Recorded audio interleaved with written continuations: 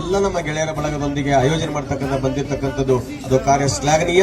ಅದಕ್ಕಾಗಿ ಇವತ್ತಿನ ಕಾರ್ಯಕ್ರಮದ ಕೇಂದ್ರ ಬಿಂದು ಸಾನ್ನಿಧ್ಯ ವಹಿಸಿರ್ತಕ್ಕಂಥ ಪೂಜನೀಯ ಡಾಕ್ಟರ್ ಸಂದೀಪ್ ಪಾಟೀಲ್ ಅವರ ಪದಾರ್ ಅಜ್ಜ ಮಾಡ್ಕೊತ ಬಂದಿದ್ದ, ಅದನ್ನ ಅಪ್ಪ ಅವ್ರು ಮಾಡ್ಕೊತ ಬಂದಿದ್ರು.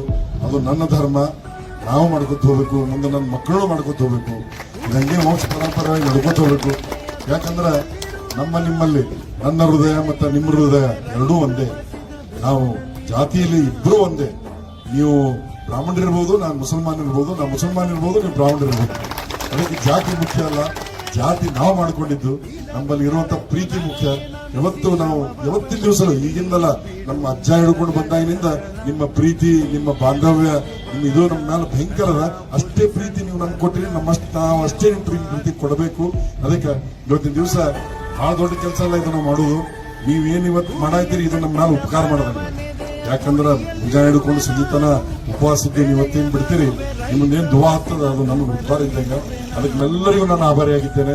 ಈ ನಿಮ್ಮ ರಂಜಾನದ ಶುಭಾಶಯಗಳನ್ನೊಂದಿಗೆ ನನ್ನ ಇಫ್ತಿಯಾರ್ ಕೂಟಕ್ಕೆ ಬಂದು ನನ್ನ ಇಫ್ತಿಯಾರನ್ನು ಸ್ವೀಕರಿಸಿದಾಗಿ ತಮ್ಮೆಲ್ಲರನ್ನು ಅನಂತ